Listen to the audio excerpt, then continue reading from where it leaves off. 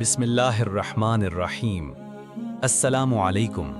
زمین خاموش تھی لیکن پہاڑ بولتے تھے، وادیوں میں ہریالی کی چادریں بچھی ہوئی تھیں اور ان کے درمیان ایک قوم آباد تھی، ایسی قوم جس کے پاس طاقت تھی، شان و شوکت تھی، مہارت تھی اور بظاہر ہر وہ چیز تھی جسے دنیا کامیابی کہتی ہے۔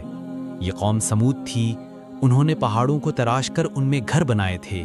وہ گھروں کو صرف بسایا نہیں کرتے تھے بلکہ وہ پہاڑوں کے سینے چیر کر اپنی عظمت کے نشان تراشتے تھے۔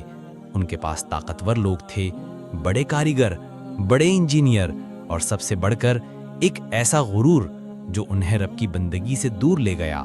یہ وہی قوم تھی جو حضرت نوح علیہ السلام کے بعد کئی نسلوں تک آباد ہوئی۔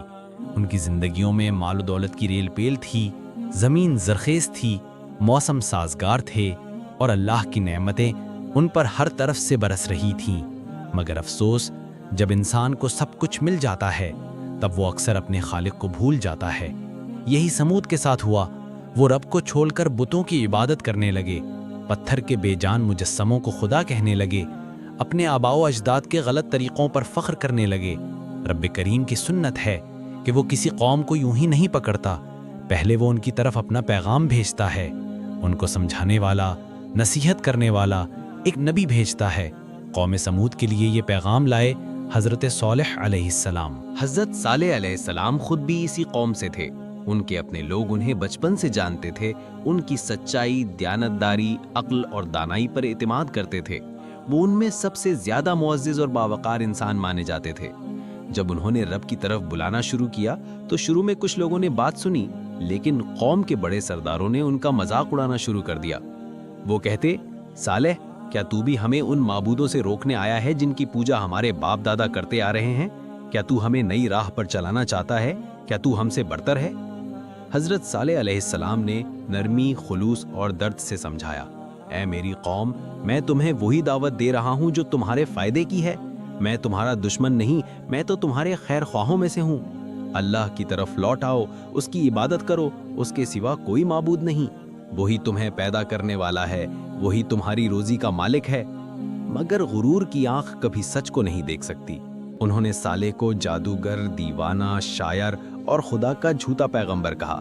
حضرت صالح علیہ السلام صبر سے سنتے، دل سے دعا کرتے اور مسلسل اپنی قوم کو پکارتے رہے۔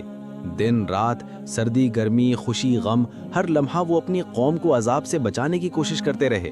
بالآخر قوم نے کہا، اچھا اگر تو سچا نبی ہے تو کوئی معجزہ دکھا، ہمیں کوئی نشانی دے کہ واقعی تو رب کی طرف سے ہے۔ حضرت صالح علیہ السلام نے اللہ سے دعا مانگی اور پھر وہ لمحہ آیا جب رب نے اپنی قدرت کا وہ جلوہ دکھایا جسے دیکھ کر قوم سمود کے دل دہل گئے۔ مگر ان کی ضد اور تکبر نہ ٹوٹا۔ پہاڑ کی ایک بڑی چٹان شک ہوئی، آسمان پرسکون تھا، زمین تھر تھرا رہی تھی اور لوگوں کی آنکھوں کے سامنے ایک زندہ جیتی جاگتی خوبصورت غیر معمولی اونٹنی اس چٹان سے نکل آئی۔ یہ کوئی عام اونٹنی نہ تھی، یہ رب کی نشانی تھی، ایک زندہ معجزہ۔ حضرت صالح علیہ السلام نے کہا، یہ اللہ کی اونٹنی ہے، یہ تمہارے لیے ایک نشانی ہے، اسے اللہ کی زمین میں آزاد گھومنے دو، اسے کوئی نقصان نہ پہنچانا ورنہ تم پر عذاب آئے گا۔ قوم حیران تھی، دلوں میں لرزہ تھا، مگر دل سخت ہو چکے تھے۔ حضرت صالح علیہ السلام نے بتایا کہ اونٹنی ایک دن پانی پیے گی اور دوسرے دن تمہارے جانور۔ اس کا دودھ اتنا برکت والا ہے کہ پوری قوم پی سکتی ہے۔ کچھ دن گزرے، قوم کو آزمایا گیا اور جیسے جیسے وقت گزرتا گیا سرداروں کے دل میں اس اونٹنی کے خلاف نفرت بڑھتی گئی۔ وہ کہتے، یہ اونٹنی ہمیں پیچھے کر رہی ہے، ہم ایک جانور کی غلامی کیوں کریں؟ صالح نے ہمیں بند کر رکھا ہے، ہمیں دبایا جا رہا ہے۔ اور پھر انہوں نے فیصلہ کیا، ایک ایسا فیصلہ جس نے ان کی تقدیر کو بدل دیا۔ ان کے چند لوگ اکٹھے ہوئے، منصوبہ بنایا گیا اور اللہ کی اس پاک نشانی اونٹنی کو قتل کر دیا گیا۔ رات گہری تھی مگر گناہ اتنا روشن تھا کہ اندھیرے بھی شرما گئے۔ وہ دن جب اللہ کی اونٹنی کو قتل کیا گیا قوم سمود کے لیے عروج سے زوال کی آخری سرحد تھی۔ چند ظالموں نے ہاتھ آگے بڑھائے، تلواریں اٹھائیں اور اس پاک مخلوق کو جو رب کی طرف سے معجزہ تھی بے دردی سے مار ڈالا۔ پہاڑ گونجے، فضائیں لرزیں اور حضرت صالح علیہ السلام کا دل جیسے ٹکڑے ٹکڑے ہو گیا۔ جب حضرت صالح کو خبر ملی تو وہ تڑپ اٹھے، آنکھوں سے آنسو بہہ رہے تھے۔ مگر چہرے پر صبر اور یقین کا نور تھا۔ وہ اپنی قوم کے سامنے آئے، ان کے لہجے میں وہ جلال تھا جو صرف ایک نبی کے اندر ہوتا ہے جب وہ رب کی عدالت سے ڈرتا ہے اور اپنے لوگوں کی بربادی کو قریب دیکھتا ہے۔ وہ بولے، اے میری قوم، کیا میں نے تمہیں پہلے نہیں بتایا تھا؟ کیا میں نے تمہیں خبردار نہیں کیا تھا کہ یہ اللہ کی نشانی ہے؟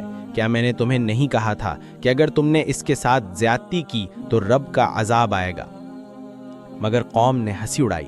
انہوں نے ایک دوسرے سے کہا، لو دیکھو، اب تو صالح واقعی پاگل ہو گیا ہے، عذاب لانے کی باتیں کر رہا ہے۔ کہاں ہے اس کا رب؟ ہم تو بڑے طاقتور لوگ ہیں، ہم نے پہاڑ تراشے ہیں، آسمان کو چیلنج کیا ہے، کیا کوئی عذاب ہمیں مٹا سکتا ہے؟ اللہ کے نبی نے اپنا آخری پیغام دے دیا، 3 دن کی مہلت ہے تمہیں، 3 دن کے اندر اللہ کا وعدہ پورا ہو جائے گا۔ ہنسی مذاق بند کر دو، توبہ کرو، اللہ کی طرف لوٹ آؤ، ورنہ وہ لمحہ دور نہیں جب تمہاری یہ زمین، یہ پہاڑ، یہ شاندار محلات سب مٹی کا ڈھیر بن جائیں گے۔ مگر دل پتھر ہو چکے تھے۔ 3 دن، صرف 3 دن۔ پہلے دن ان کے چہرے پیلے پڑ گئے، دوسرے دن سرخ، اور تیسرے دن ان کا رنگ سیاہ ہو گیا۔ یہ وہ نشانیاں تھیں جو حضرت صالح علیہ السلام نے پہلے ہی بتا دی تھیں، مگر ضد اور غرور کا اندھاپن ان کے اندر ایسی آگ بھڑکا رہا تھا کہ وہ ان نشانوں کو بھی جھوٹ سمجھتے رہے۔ پھر چوتھے دن سورج طلوع ہوا، مگر اس کے ساتھ ایک ایسی آواز بلند ہوئی جو پہاڑوں کو چیر دے، جو دل کو پھاڑ دے۔ ایک زوردار چنگھاڑ نے پوری وادی کو ہلا کر رکھ دیا۔ آسمان سے ایک ہولناک کڑک اتری، زمین لرزنے لگی، سب کچھ کانپنے لگا، اور وہ جو کل تک اپنی طاقت پر ناز کرتے تھے، آج اپنے ہی محلوں میں بے جان لاشیں بن چکے تھے۔ ان کی آنکھیں کھلی رہ گئیں، چہروں پر خوف جم گیا، اور زبانیں گنگ ہو گئیں۔ قرآن ہمیں یہ منظر کچھ یوں بیان کرتا ہے، فَأَخَذَتْهُمُ الرَّجْفَةُ فَأَصْبَحُوا فِي دَارِهِمْ جَاثِمِينَ، تو انہیں ایک زلزلے نے آ لیا اور وہ اپنے گھروں میں اوندھے پڑے رہ گئے۔ سورۃ الاعراف آیت نمبر 78۔ اور ایک اور جگہ فرمایا، فَكَذَّبُوهُ فَعَقَرُوهَا فَدَمْدَمَ عَلَيْهِمْ رَبُّهُمْ بِذَنبِهِمْ فَسَوَّاهَا، پس انہوں نے اسے جھٹلایا اور اونٹنی کی کونچیں کاٹ ڈالیں، تو ان کے گناہ کی وجہ سے ان پر ان کے رب نے عذاب نازل کیا اور سب کو ہلاک کر دیا۔ سورہ شمس آیت نمبر 14۔ حضرت صالح اس وادی سے نکل گئے، وہ جاتے ہوئے پیچھے مڑے، دیکھا ایک مردہ وادی، خاموش پہاڑ، ویران گھر اور ریت میں بکھری ہوئی قبریں۔ وہ روئے، دعا کی اور اپنے رب سے فریاد کی کہ یا اللہ، تو ہی بہتر جانتا ہے، میں نے تیرا پیغام پہنچا دیا، میں نے ہر رات تڑپ کر ان کے لیے دعا کی، ہر دن ان کو سمجھایا، مگر وہ نہ مانے۔ اور پھر صالح وہاں سے نکل گئے، وادی سمود سے، ایک ایسی وادی جس پر آج بھی تاریخ خاموشی سے گواہی دیتی ہے۔ اے سننے والے، یہ صرف ایک قصہ نہیں، یہ سبق ہے، یہ یاد دہانی ہے کہ جب اللہ کا پیغام آئے تو اس سے منہ نہ موڑنا، کیونکہ رب کی مہلت ختم ہو جائے تو پھر کچھ نہیں بچتا، صرف ویرانی، صرف پچھتاوا۔ حضرت صالح علیہ السلام وادی ہلاکت سے نکل چکے تھے، مگر ان کے دل میں وہ تمام لمحے نقش ہو چکے تھے۔ ان کے قدم مسلسل چلتے رہے، مگر آنکھوں میں آنسو اور دل میں وہ دعا تھی جو ہر نبی اپنے رب سے کرتا ہے، یا اللہ، ان میں سے کسی نے نہ مانا، مگر میرا دل اب بھی ان کے لیے تڑپتا ہے۔ یہی وہ مقام تھا جہاں انسانیت انکار، غرور اور اللہ کی طاقت کے درمیان ٹکرا گئی تھی۔ قوم سمود کا انجام صرف ان کے لیے نشان عبرت نہ تھا، بلکہ ہر اس قوم کے لیے پیغام تھا جو اللہ کی آیات کو جھٹلائے اور اپنے نبی کا مذاق اڑائے۔ حضرت صالح کے بعد ان کے ساتھ ایمان لانے والے چند لوگ تھے جو بچ گئے، وہ بھی اسی بستی سے نکلے۔